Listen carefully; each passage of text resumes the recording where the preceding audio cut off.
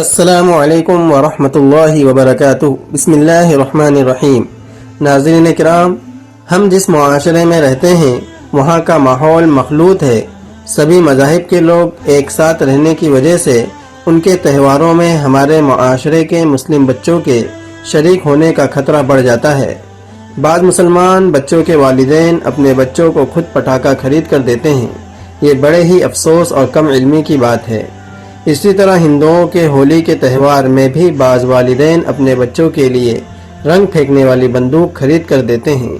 وہ بچوں کو خوش کرنے کے لیے ایسی حرکتیں کرتے ہیں، مگر انہیں نہیں پتا کہ ان کی یہ حرکت اللہ کی ناراضگی کا سبب یقیناً بنتی ہے۔ یاد رکھیں، دیوالی کا تہوار دراصل ہندوؤں کے مذہبی عقائد سے جڑا ہوا ہے۔ ہندوؤں کی دیومالائی کہانی کے مطابق ہندوؤں کے رام جب 14 سال کا بنواس کے بعد ایودھیا لوٹے تھے تو ان کے آنے کی خوشی میں آتش بازی کی گئی تھی اور پٹاخہ پھوڑا گیا تھا اور دیپ جلا کر روشنی کی گئی تھی۔ یہی دیپ جلانے کی رسم آتش بازی میں بدل گئی۔ ہندوؤں کا دیکھا دیکھی بعض مسلمان بھی دیوالی پر پٹاخہ پھوڑنے لگے، یہ سوچے بغیر کہ اس میں شرعی حکم کیا ہے۔ سب سے بڑی قباحت غیروں کی نقالی اور ان کے ساتھ مشابہ ہے، اور حدیث میں ہے جس کا مفہوم ہے کہ جو قوم جس قوم کی مشابہت کرے گی وہ انہی میں سے ہے۔ ہندو اگر دیوالی میں پٹاخہ پھوڑتے ہیں تو یہ ان کا مذہبی معاملہ ہے، مگر مسلمانوں کا دیوالی میں پٹاخہ پھوڑنا کسی طور پر درست نہیں۔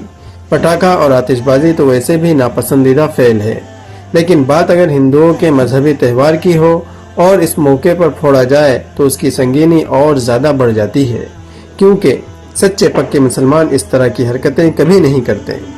ضرورت اس بات کی ہے کہ عمومی طور پر مسلمانوں میں اس تعلق سے بیداری پیدا کی جائے۔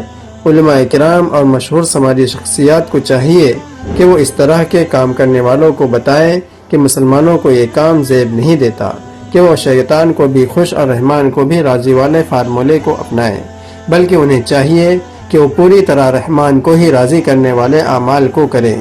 انہیں یہ سمجھانا ہی ہوگا کہ سچا پکا مسلمان وہ ہوتا ہے جو پورے طور پر اسلام کی تعلیمات پر عمل کرنے والا ہوتا ہے۔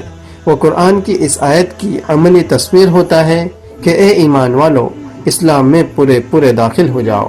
اللہ تعالی ہم سب کو دیوالی میں پٹاخہ پھوڑنے اور غیروں کی دیگر مذہبی امور میں نقالی کرنے اور شرکت کرنے سے مکمل طور پر بچائے، اور ہمیں پورے اسلام کی تعلیمات پر چلنے کا شیدائی بنائے، اور اپنے نیک بندوں میں ہمیں بھی شامل کر لے۔ آمین یا رب العالمین۔